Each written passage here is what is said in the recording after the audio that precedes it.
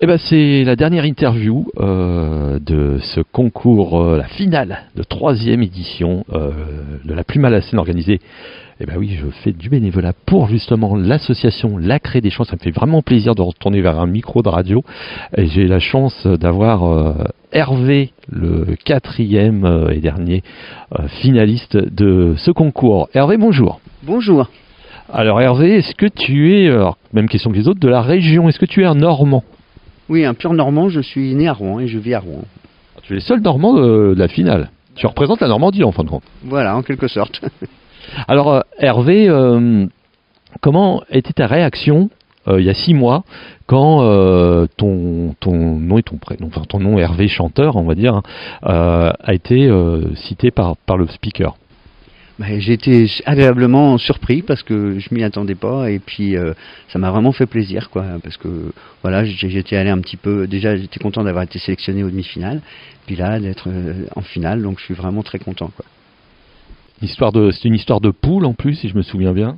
Oui c'est ça, enfin, j'avais chanté après La Poule du Dentiste et j'ai chanté je sais plus la chanson que j'avais chantée c'était Qu'est-ce qu'on laisse, voilà.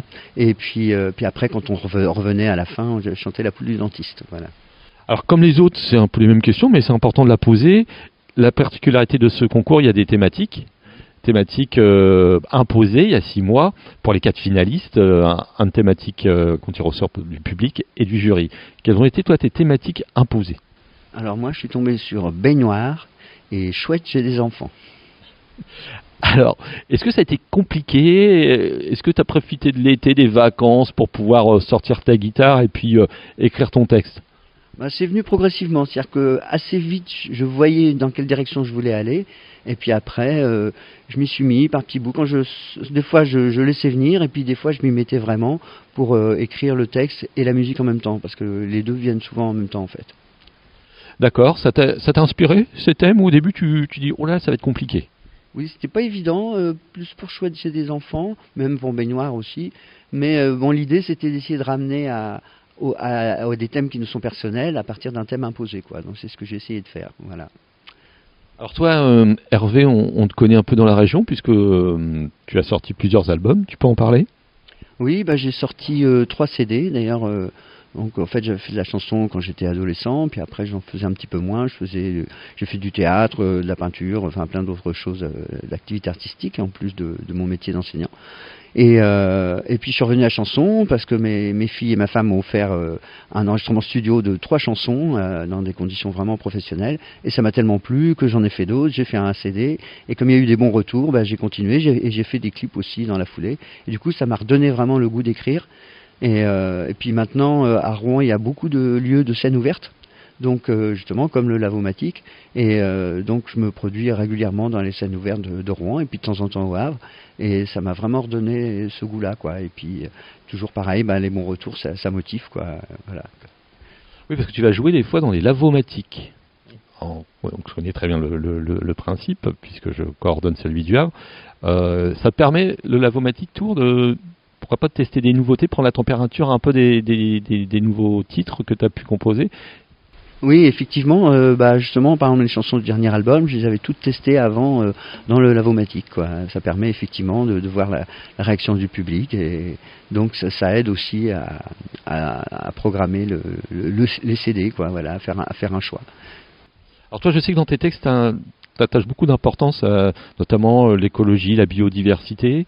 C'est un peu dans ton ADN? Oui, effectivement, puisque quand j'avais 18 ans, j'étais au manif antinucléaire à La Hague, donc ça date pas d'aujourd'hui, quoi. Et puis là, depuis quelque temps, je suis à Greenpeace à Rouen, donc j'essaye d'en parler dans mes chansons, mais quand je peux, justement, sur les sujets graves, les traiter de façon humoristique, ça passe beaucoup mieux, et je pense que c'est mieux pour tout le monde, quoi. Je suis pas très chanson premier degré, un petit peu, je trouve que ça peut vite devenir ennuyeux ou trop donneur de leçons, c'est pas du tout le but, quoi. C'est plutôt de faire sourire ou avec des sujets très préoccupants, quoi. Alors, ici, tu es à Lillebonne, c'est un petit peu on peut dire c'est la moitié entre Lillebonne, entre Rouen et Le Havre. Est-ce que c'est toujours facile de venir à domicile, de jouer un petit peu chez soi? Parce que les autres il y a beaucoup de Parisiens et je crois qu'il y a une Lilloise. Bah, effectivement, on a plus de proches que quand on est de la région, quoi, plus de gens qu'on connaît un petit peu, quoi. Mais ce que j'aime bien, moi, j'ai autant de plaisir, c'est justement à chanter devant des gens qui ne me connaissent pas, quoi. Justement, de faire découvrir. C'est l'intérêt aussi des scènes ouvertes et des lieux. Il y a pas longtemps, j'ai chanté à Pavilly, il y avait plein de gens qui me connaissaient pas, et c'était vraiment très agréable, quoi. C'était à la salle des Gradins à Pavilly.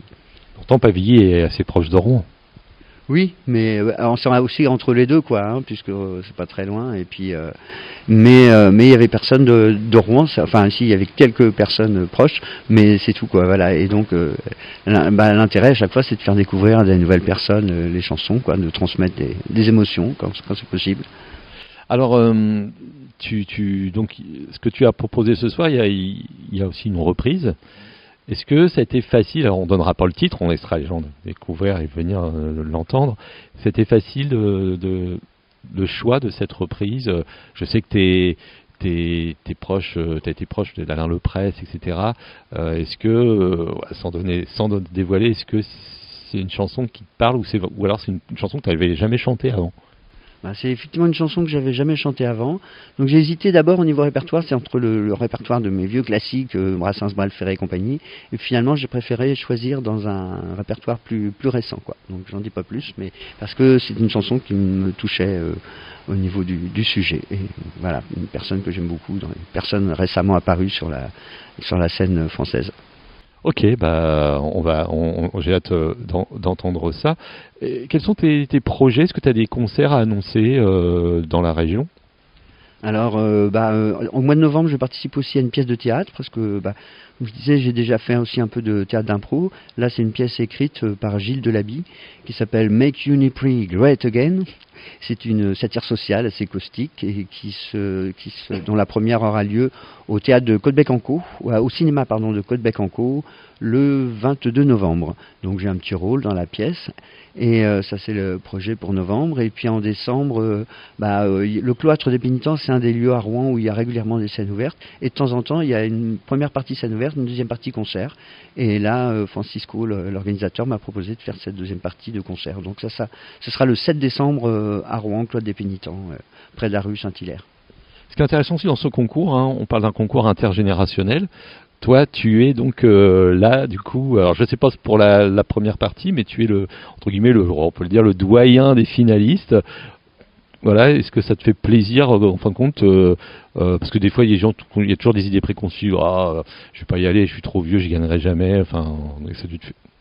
Oui, moi ça me dérange pas du tout d'être le doyen, je trouve ça au contraire, ça me fait plaisir, puis je suis content justement d'être là parce que on pourrait se dire à partir d'un certain âge, allez, on en retraite, on se repose et tout ça, mais je suis content d'être toujours en activité, puis justement de rencontrer des gens de toutes les générations, et puis je suis toujours à l'écoute de ce qui se passe en nouveautés, en chansons et tout ça, donc c'est toujours intéressant de rencontrer des personnes de tous âges, voilà. Est-ce qu'il y a d'autres... je sais qu'il y a pas mal de clips qui sont sortis. Et comment on peut les... C'est sur YouTube. Est-ce que tu peux parler des réseaux sociaux? Tu es beaucoup présent aussi sur les réseaux sociaux. Oui, j'ai notamment une chaîne sur YouTube qui s'appelle Hervé Chanteur, donc avec un R et un V. Et sur cette chaîne YouTube, on peut voir 6 clips et que j'ai eu l'occasion de tourner pour la sortie des 2 précédents albums. Et c'est vraiment du beau travail parce que c'était fait par des jeunes professionnels, et notamment le dernier. Elle jouait du violoncelle. Il y a aussi le premier, quelqu'un qui est plus ancien, là, elle lui parle, qui a passé les 12 000 vues il n'y a pas longtemps. Donc je suis très étonné aussi de la façon dont ça se partage, quoi. Ça veut dire que les gens sont sensibles aux chansons. Donc ça aussi, c'est un autre moyen de diffuser les chansons et que j'apprécie beaucoup parce que je suis passionné de cinéma, dont le clip, ça m'intéresse beaucoup, quoi. Tu es très créatif, en peu de temps tu as sorti quand même des albums. Est-ce que justement il y a un autre album qui devrait voir le jour dans l'année prochaine par exemple? Alors je peux pas donner de date, mais j'ai pas mal de chansons déjà qui sont en cours ou en réserve que j'avais mis de côté, que j'avais hésité à mettre dans l'album précédent. Mais oui, j'en ai pas mal en réserve. Puis comme j'écris au fur et à mesure, quoi. Voilà, bah là j'ai été motivé pour le concours, donc les chansons du concours, je pense qu'elles sont dans le prochain album. Et puis plus j'ai quelques autres inédites, donc effectivement. Alors par contre, je peux pas donner de date. Peut-être l'année prochaine, peut-être dans 2 ans, je sais pas encore. Alors, au niveau de ta description sur scène, comment tu pourrais te définir, toi, sur scène? T'es accompagné ou t'es toujours seul avec ta guitare?